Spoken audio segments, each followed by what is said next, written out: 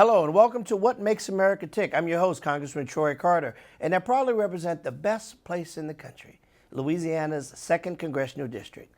Join me as we dive into engaging conversations to answer the question, what makes America tick? Our guest today is Congressman Benny G. Thompson. Ranking member Thompson is the longest serving African American elected official in Mississippi's history and the sole Democrat in the state's congressional delegation. A proud native of Bolton, Mississippi, he has represented Mississippi's 2nd Congressional District since 1993 and is now serving his 17th term in the United States House of Representatives. From his early civil rights work along Fannie Lou Hamer to his leadership as chairman of the House Homeland Security Committee and the January 6th Select Committee, his career has been defined by commitment to justice, democracy, and everyday Americans. A champion for civil rights, healthcare, education, veterans, and HBCUs, Congressman Thompson's legacy reflects decades of principled leadership and public service. We're honored to have him with us today. Join me in welcoming to the show my dear friend, a great American, Congressman Benny Thompson. Well, thank you so much for having me. I'm glad we were able to get together. It's an honor to have you here, sir, and we know that it's a challenging time. It's a challenging time in Congress. It's a challenging time in our country.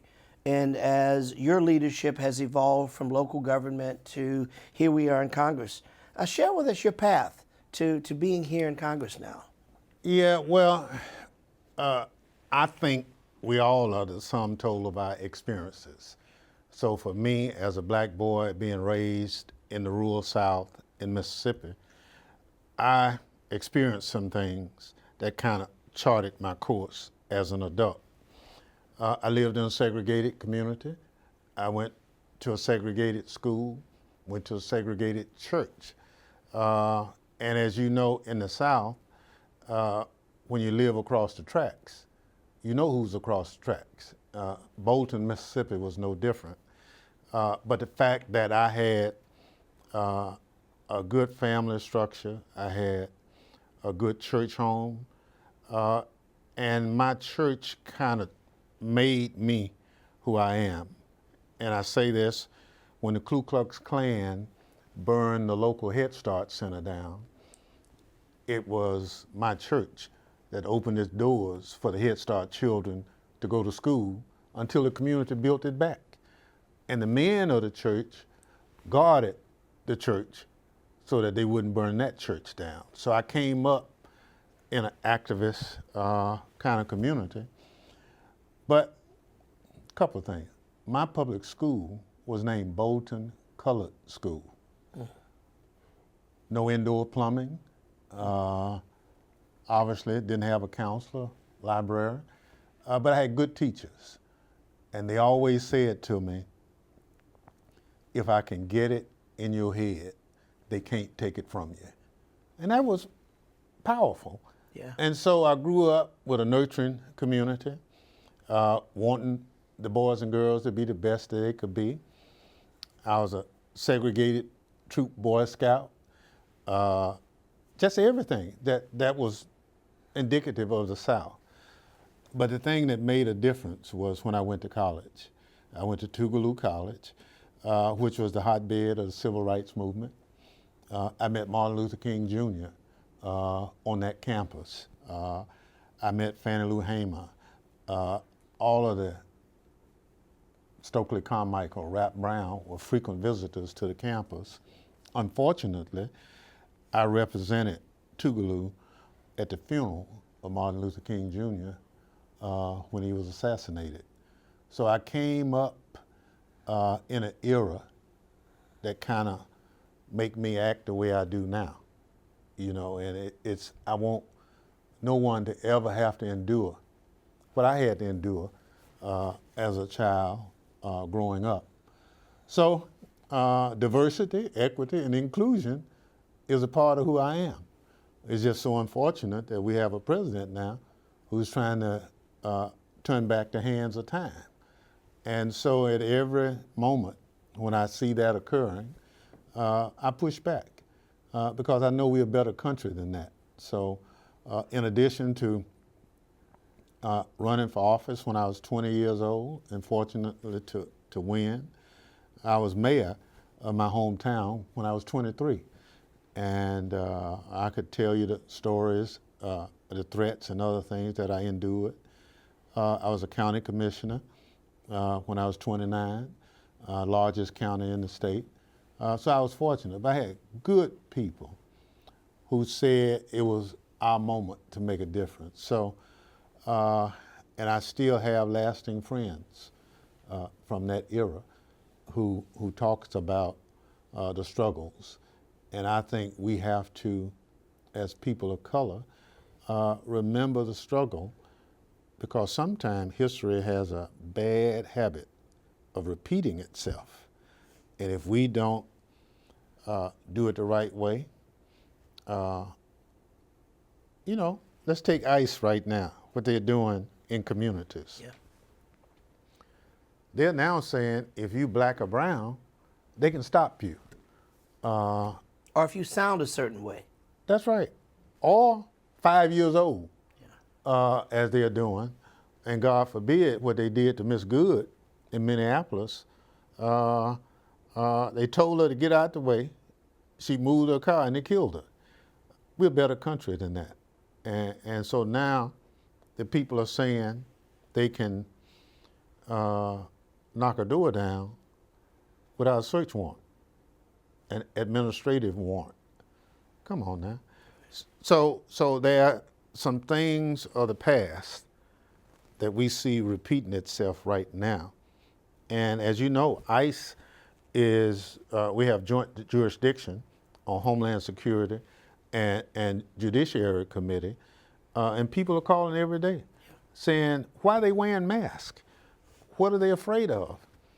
And I tell them, I say, well, undoubtedly they're afraid to be identified, because, you know, they've shortened the training for ICE agents.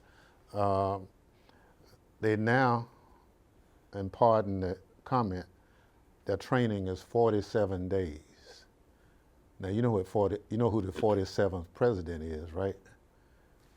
So it's those kinds of things. Symbols. That's right. That's occurring. And that's why I'm so happy that being a member of the Congressional Black Caucus, we push back.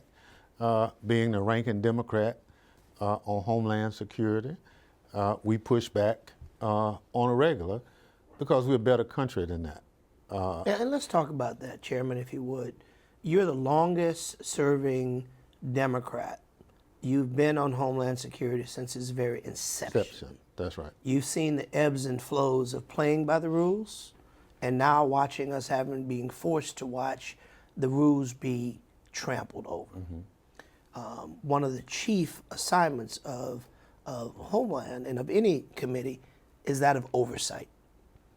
Yet this committee, Republicans or Democrats, appear to have been left in the dark as it relates to the actions of ICE and the overreach, if I'm being nice, of what this committee has done, and how the Secretary of Homeland Security, Kristi Noem, has stumped her face in the Constitution.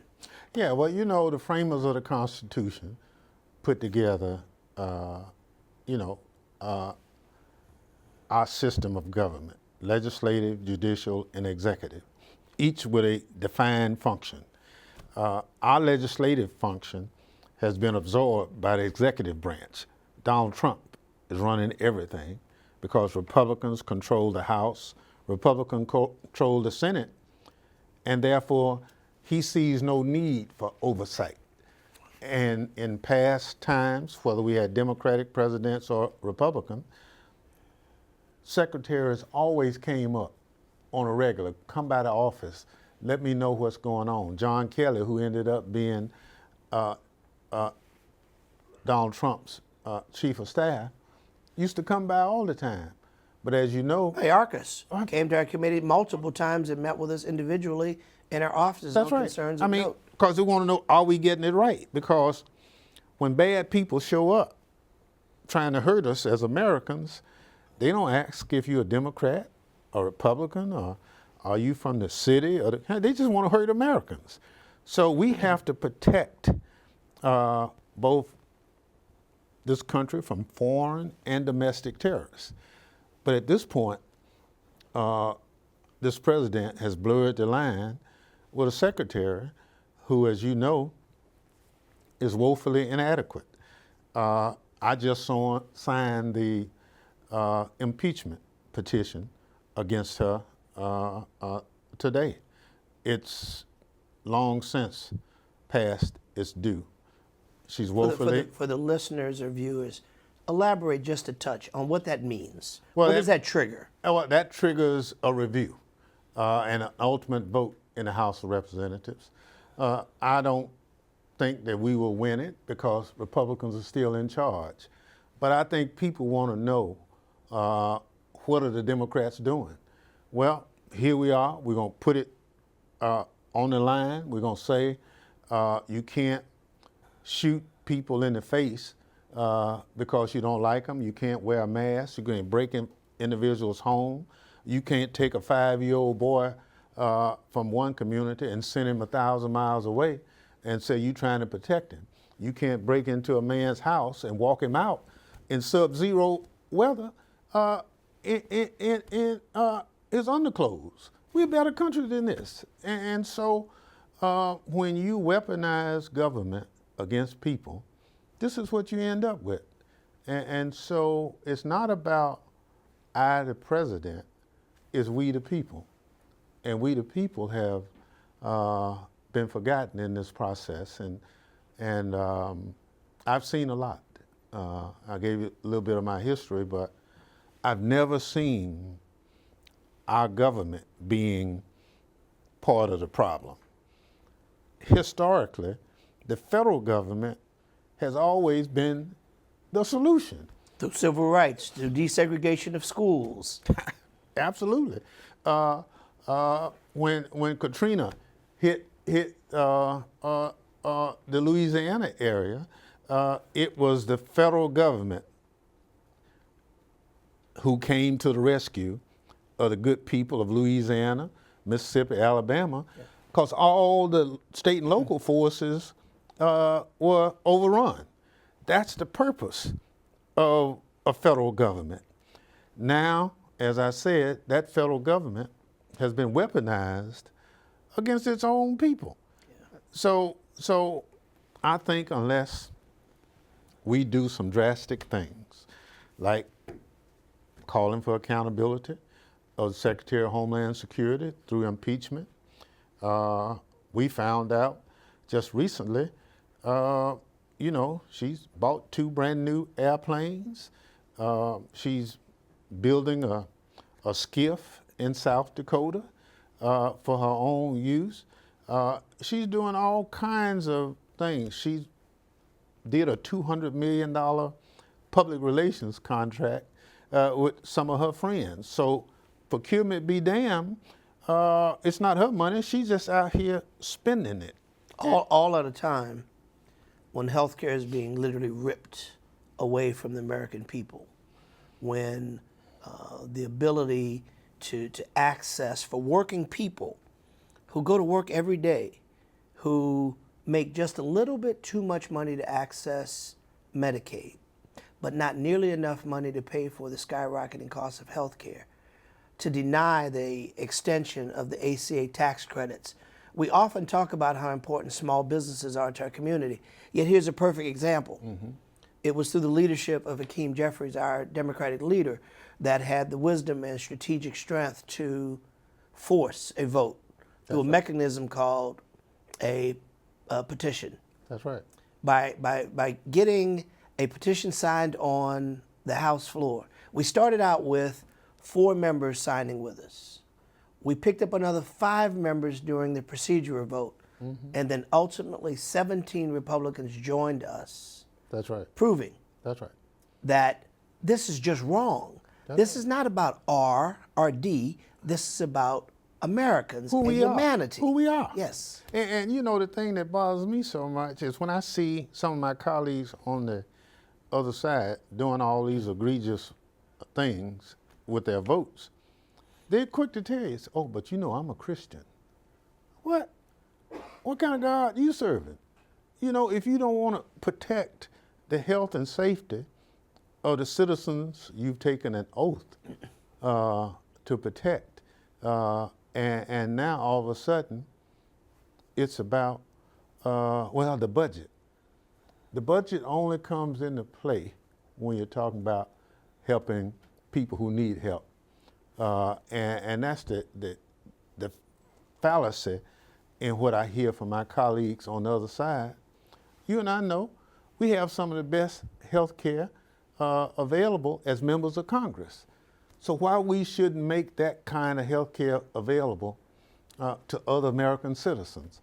So if we have to subsidize it, so be it. That means our people. We subsidize small countries. We subsidize industry. We subsidize all the time.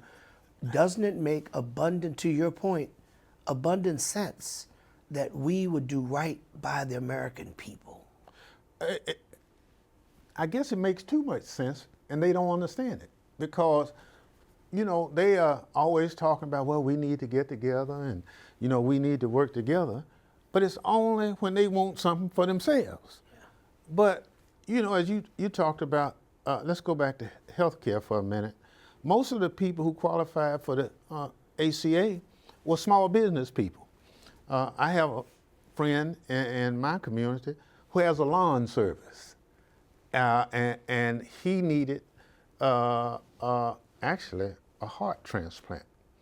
He could not have afforded that heart transplant without having health care. He could not get it. It didn't matter, he couldn't afford it. But he was able to get it because he was in the marketplace. Yeah.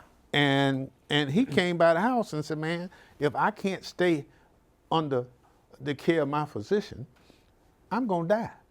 You know, and look, said, I'm paying the premium. So it's those kind of stories that we face with. This is not the person that's just doing nothing out. And so for such a time as this, I think we as members of Congress, we always have to remember who sent us. That's right. You know, and a lot of people who send Troy Carter and Benny Thompson to Congress, they can't afford a lobbyist. you know, I get my lobbyists when I go hang out at the barbershop. You know, that's my poll. And you know, and they'll tell you in a heartbeat, man, y'all ain't doing nothing. And I said, what you mean?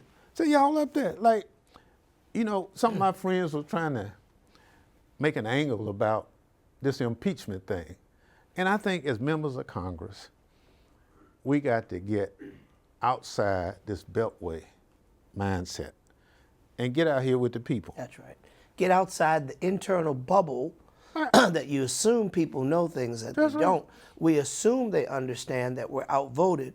Therefore, a lot of the actions that we would like to take, we are prohibited because we don't have the votes. But as I mentioned a moment ago, the discharge petition proved that we're not sitting back. We're finding creative ways. We did it twice. Discharge petition to force Epstein files. Yeah. Discharge petition to force a vote with the extension of the ACA tax credits. We often talk about the 3 C's, the Congress, the courts, and the community. We each have a responsibility. That's right. Congress will continue to do what it does and use every tool we can. And then when we cannot do it with the votes because we're shorted, we fight in court.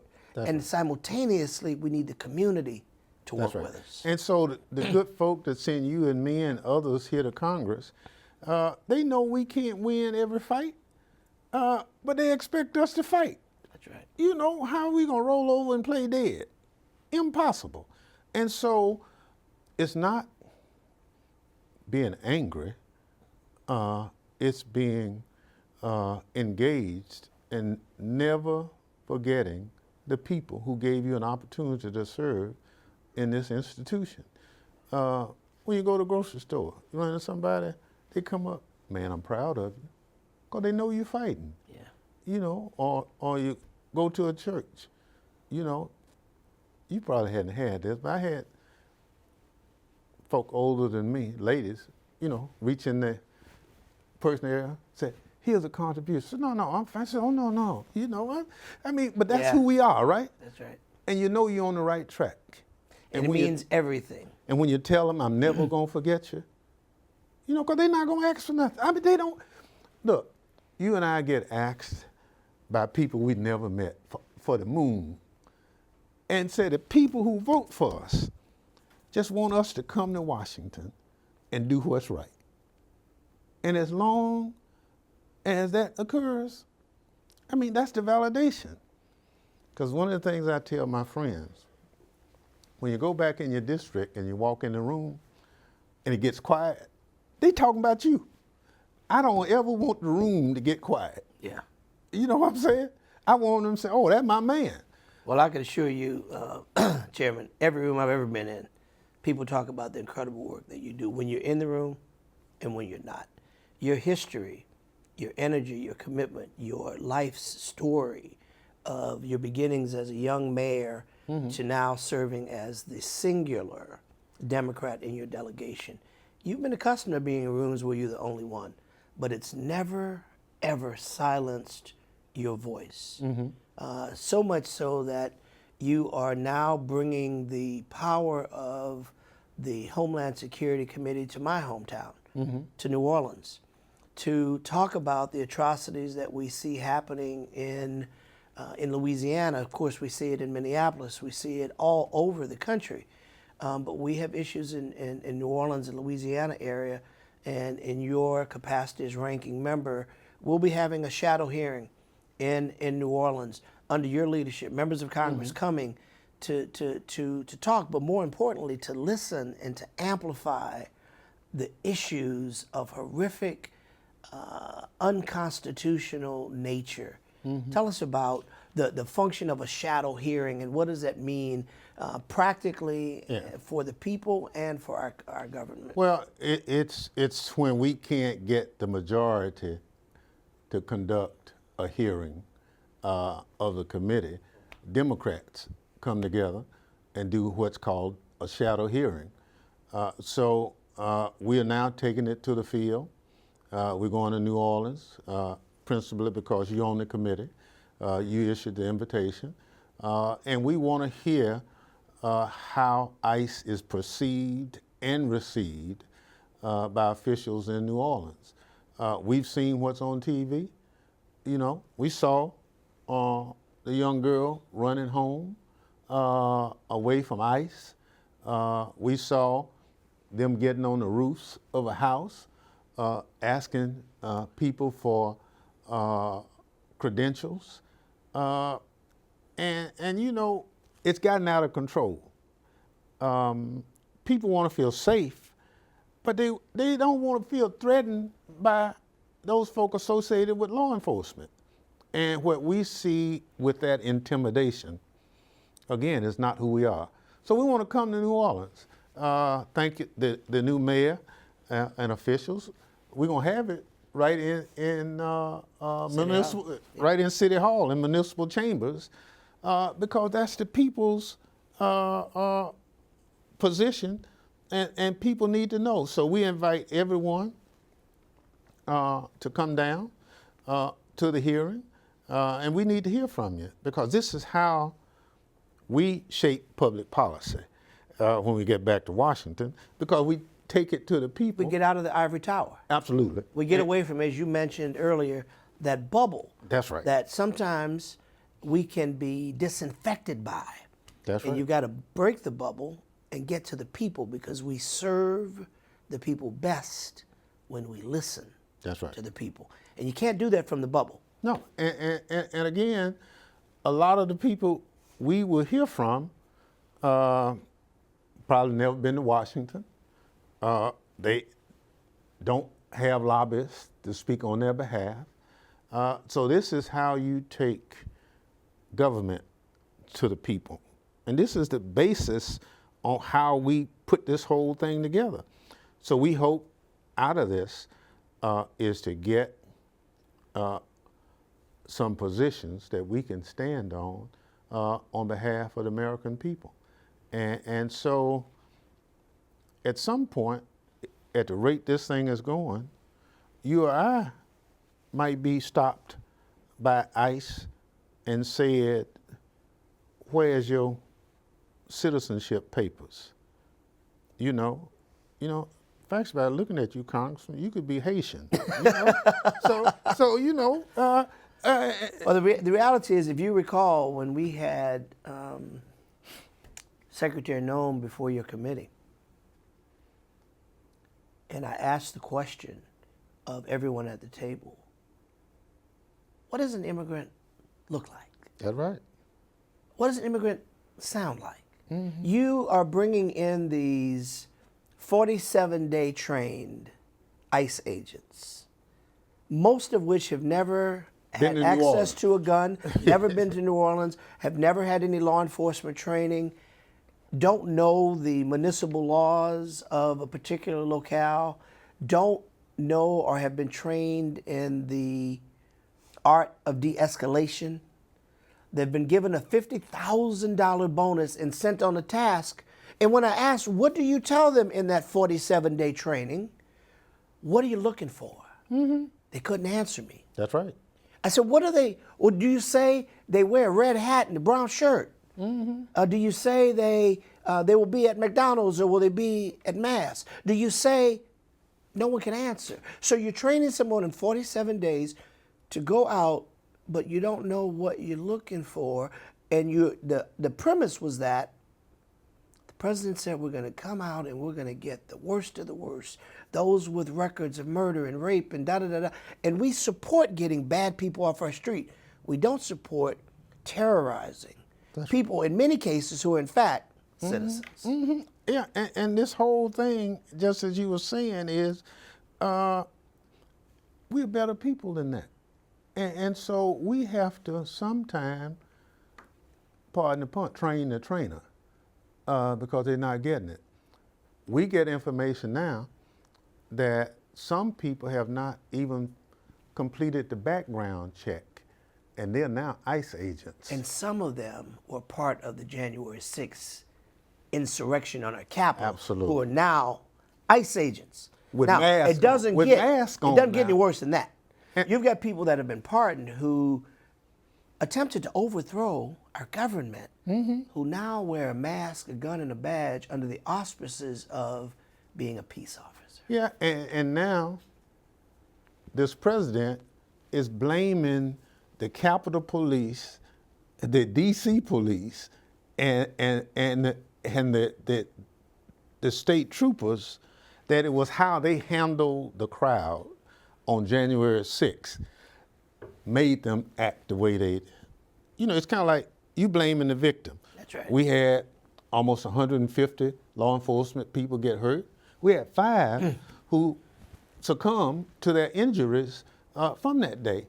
But you're going to blame the people who protected a lot of us who was in the Capitol on that day.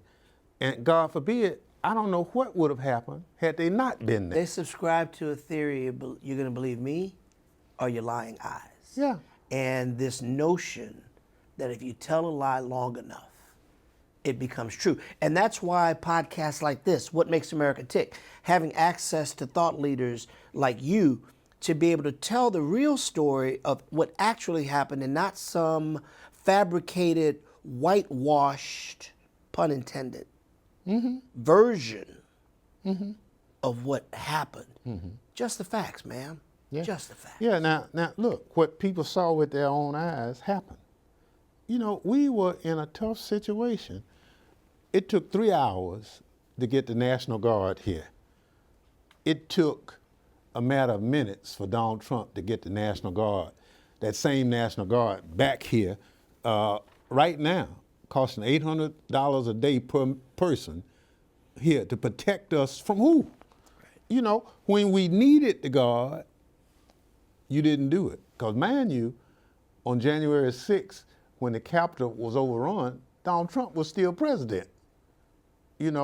And so, but I still believe in democracy. I believe that the founding fathers put this instrument, an experiment called democracy, together. But now it's an experiment. Yeah.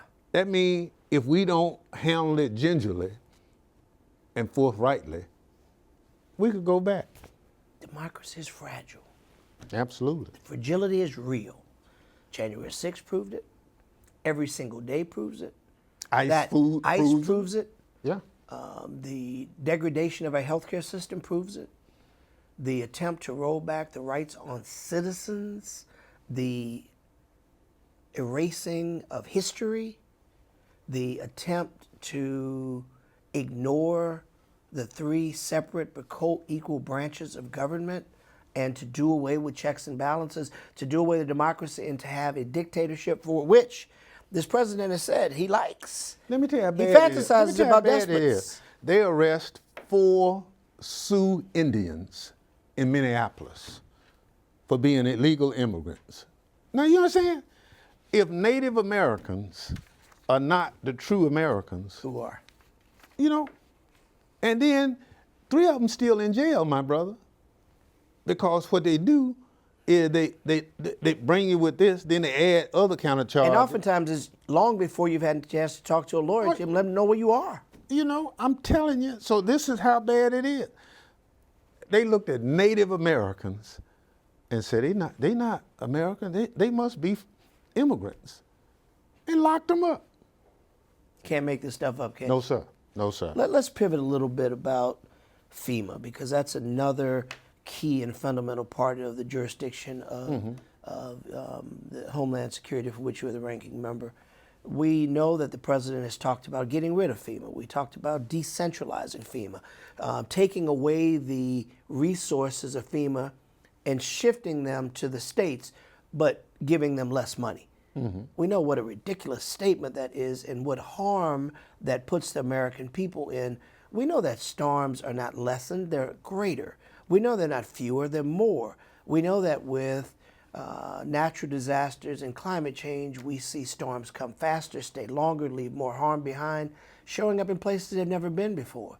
So the notion that FEMA would be abolished and shifted to the states is almost laughable, that you would ask the question, what are you trying to do, kill us?